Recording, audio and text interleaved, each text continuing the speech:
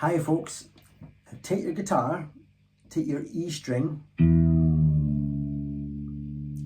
drop it a tone down to D, tune it, and then listen to how gorgeous this sounds.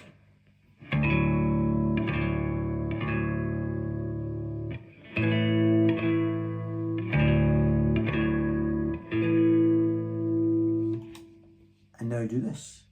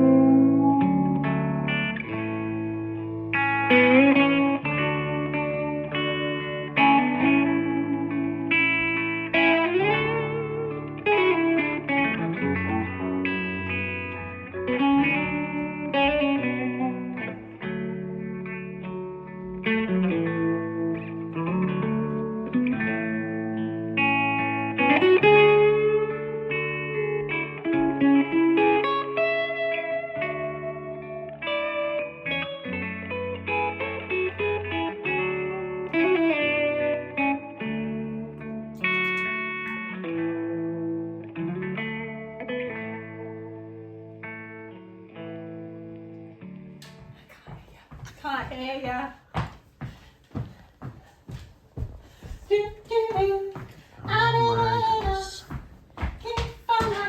That is the woman I married. Holy moly. Hi folks, thank you very much for joining me. I apologise for that wee bit of real life there that crept into the video. She's gone a bit nuts lately. So that was my lady wife having a good time doing the hoovering. Whatever turns you on.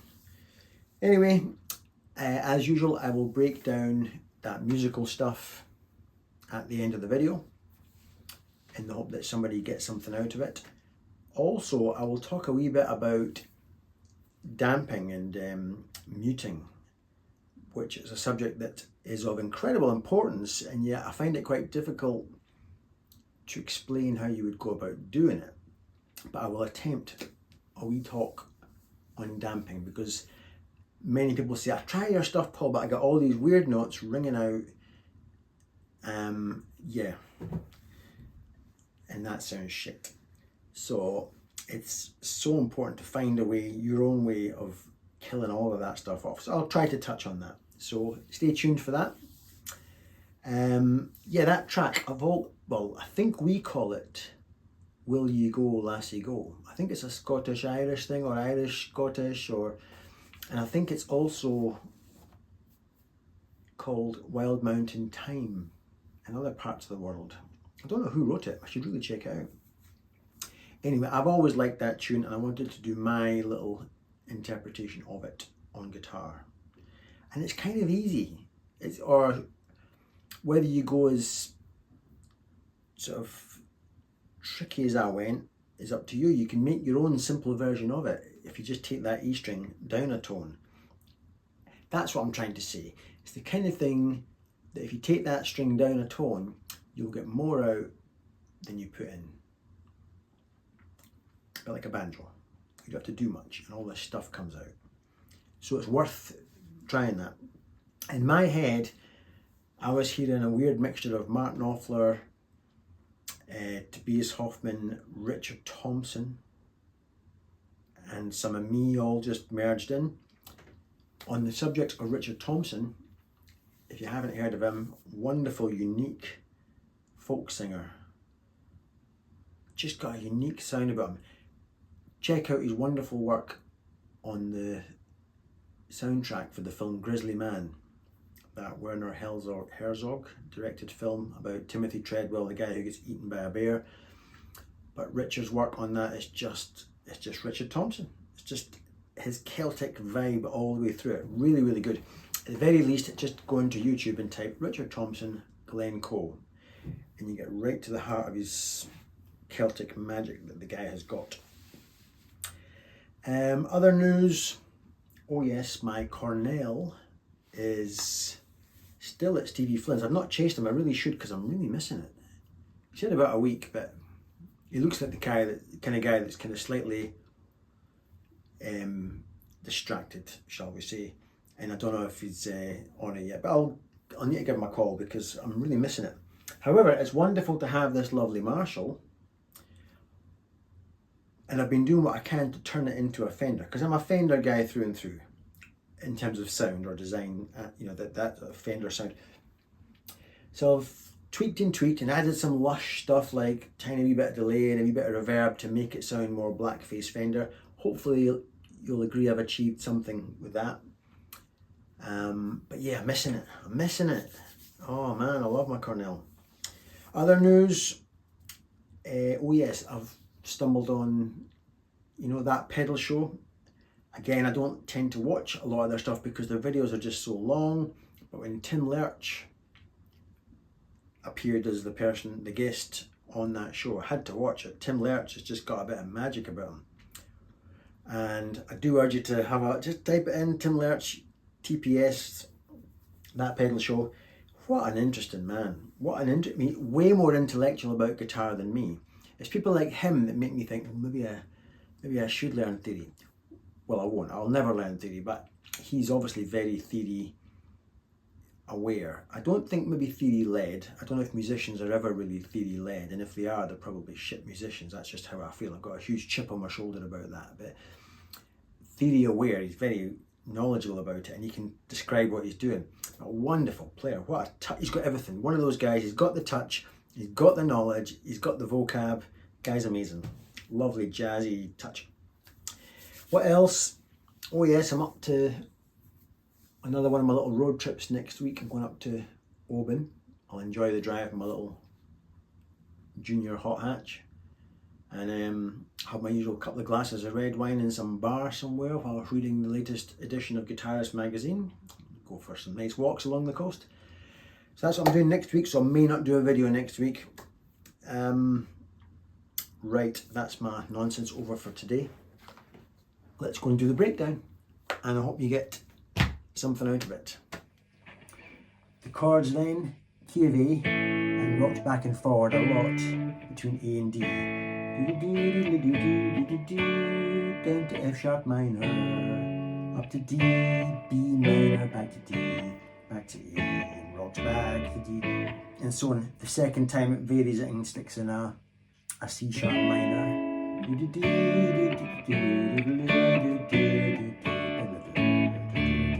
There's your chords, right? Right, to get me into it, couldn't be easier. A note. I'm just striking the open A and the fretted G and D and G strings. Then taking it up 2 frets and hammering on that 6th fret of the G. And then fretting that. Still still just the D and G strings played at this point with the open A string resonating.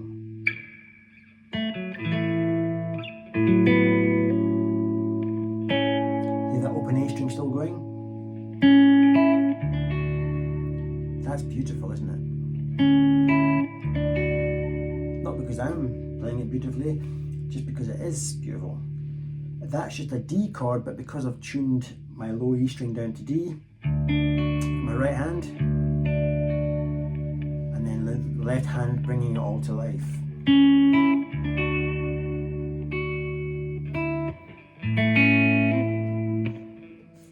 Fretting my A chord, and hammering on the 5th fret of the B string, but letting it live by giving it some vibrato. Same again. Keeping that on, but taking that down a tone. And then jumping to this. That's an F sharp minor. The only reason that is there, of course, is because my string is a tone down, so I have to bring what would normally be that note up a tone.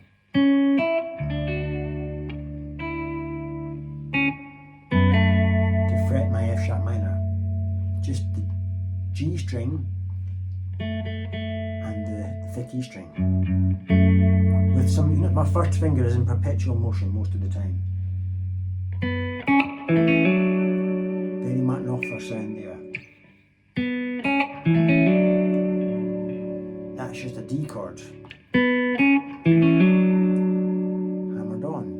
But because I'm giving it vibrato, I'm bringing it to life. D and G strings is all I'm playing there from the B minor. This is where the band goes from D to B minor back to D. D, B minor. Is that what I did? That's what I did. D, B minor. Or something like that. That's it. That's just from a D chord, from a D chord. Vibrato to vibrato. It resolved. Oh, what did I do? And then played a D chord. With this lovely open E string, or which is now a D note, of course, it's just gorgeous, like a piano.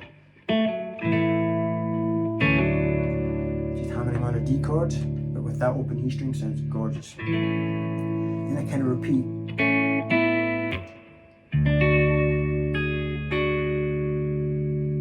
Just kind of sympathizing with that D chord by adding this little note here. That would be the proper note if we're going to play the full D, but I'm just dropping that semitone with that open drone again.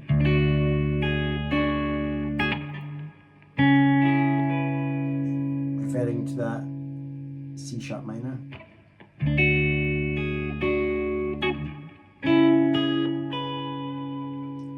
Then back to D again, up to my F sharp minor. The band's playing D at this point, but I'm not really playing D there. God knows what I'm doing there. That's a kind of a G, and that's kind of a 2 notes from an A chord. It's like I'm going G, A. I can't make musical sense of that, but I'm really into that sort of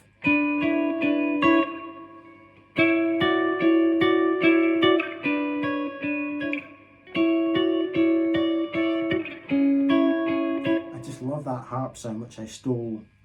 I say harp, yeah, it sounds kind of harpish to me. I stole from Tobias Hoffman, so I'm just going like that.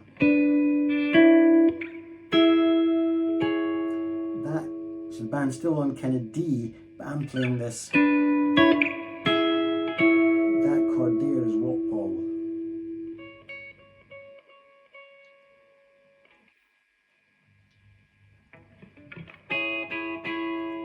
A C sharp minor is what that is. Sort of a C sharp minor. I can't make any musical sense of this because the band is still playing D, but then I resolve to this, which is an F sharp minor, and the only reason that there is there and not there, of course, is because of my tuning of my low string. I just loved that. Then I went into some sort of freestyle with a little Martin Knopfler kick.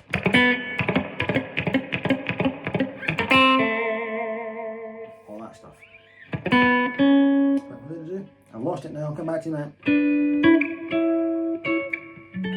That's it.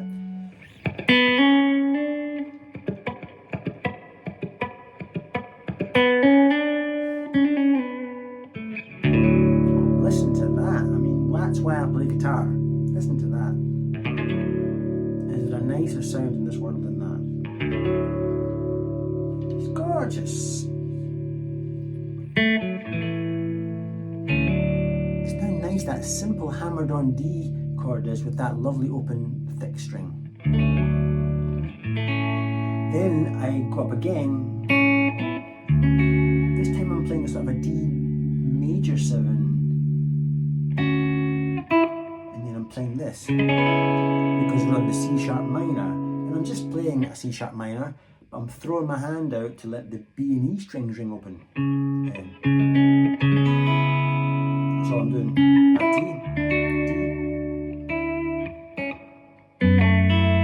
I'm just sort of embellishing the F sharp minor with lovely open strings on the top. And back to that.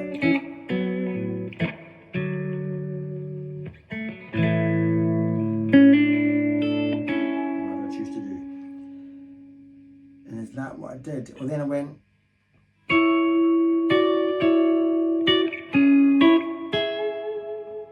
Because as we're going round again, I've gone to D, but I've gone. I can't make much musical sense of that. That's an A chord, but that's a D chord.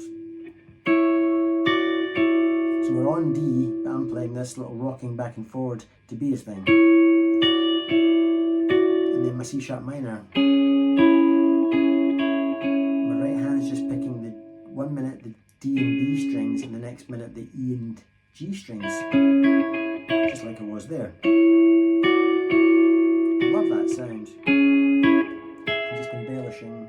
Then D, flavours of D, and as we go back to F sharp minor, I sort of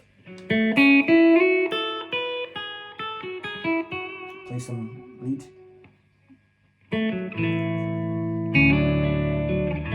then I think I took some of my decay down on the Flint, and then I hit the start button of my looper with the top of my guitar and just played some lead. Do you want to know a bit about that? I don't know, let's see, what did I do?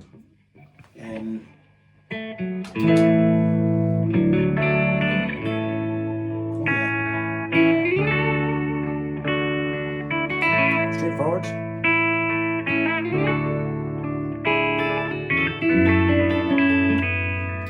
That deserves mention. That deserves mention, right? Shut up, shut up, shut up. Take it away from fade out instant. Cool. All that was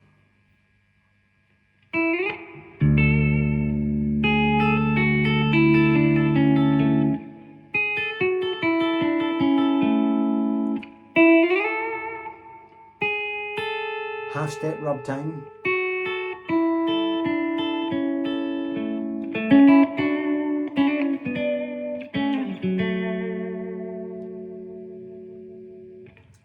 That's why I play guitar.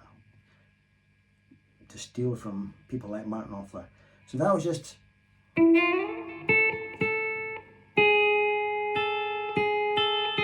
stole from Tobias there.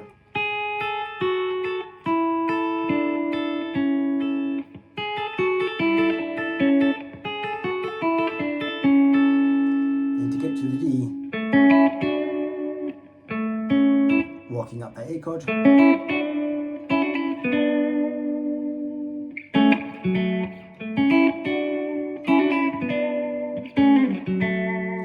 By the way, my first finger constantly wiggling brings these things to life. Here's how it sounds if I wasn't myself and didn't do it with this little wiggle.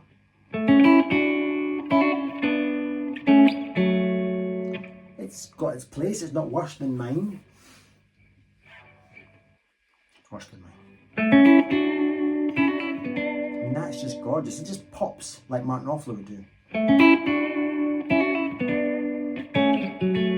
Love the way that pops. And I think we've got the next one in by doing that again.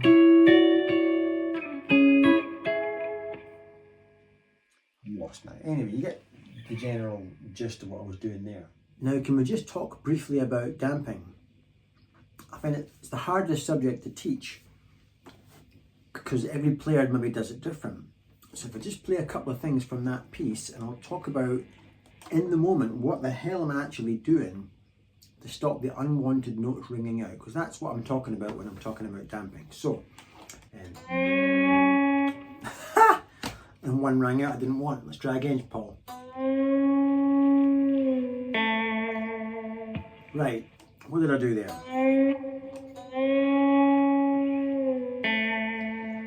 Right now, look at my thumb. I clearly just want this G string sounding. My right thumb is over the thickest two strings, and the flesh of my thumb is on the D string, so nothing's getting out above that G note. Beneath the G, I didn't even know it until I looked down. Look at that, my pinky and my ring finger are on that thin E string, and my flesh of my first finger is killing that B. So the thin E is not getting out, the B is being muted, the G is the only one, giving me some freedom to physically move it, and the top three thickest strings are not getting out. Clearly, there's so much going on in that one moment, I wasn't thinking about that in advance. You just do it. I once heard Robin Ford talk about this. He attempted to interrupt one of his lessons to say, by the way, you've got to be good at damping. And he got tongue-tied, and he eventually said, look, I don't care how you do it, just do it. Find your way to do it. You know, use your feet, your nose, a neighbour, whatever it is, get something to stop unwanted notes ringing out. So it's not something you think about in advance, you just do it.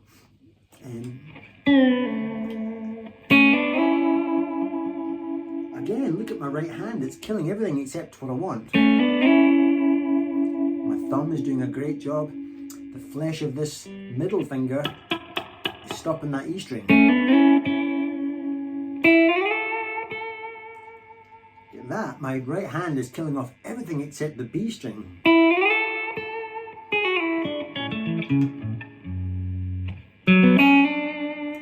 Yeah, my right hand seems to do a lot. Again, look at that right hand, it's killing everything above and below the bits I'm playing.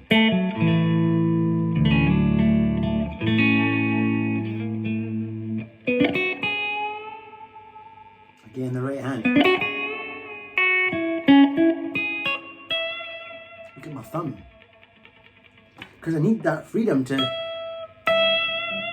listen to all that unwanted note. Whereas if I go,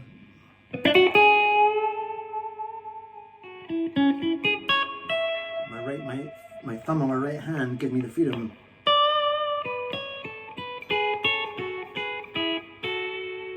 Yeah, I didn't know it until just now. My right thumb is doing a hell of a lot. The flesh of my fretting finger kills off the string beneath or above. I think I never ever learned to damp. I just was always driven by results. You put on the blues breakers, you play it, it's shit. You think, why is it shit? You realise, oh, I need to vibrate. Why is that not ringing out? Clapton's isn't ringing out. I need to do this. And you just are driven by needs.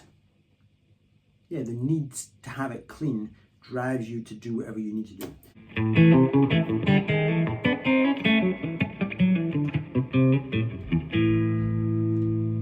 And that was just by damping, by coming in and off with the fretted hand. I'll just get tongue-tied if I talk any more about damping, but you just do it. You find ways to do it.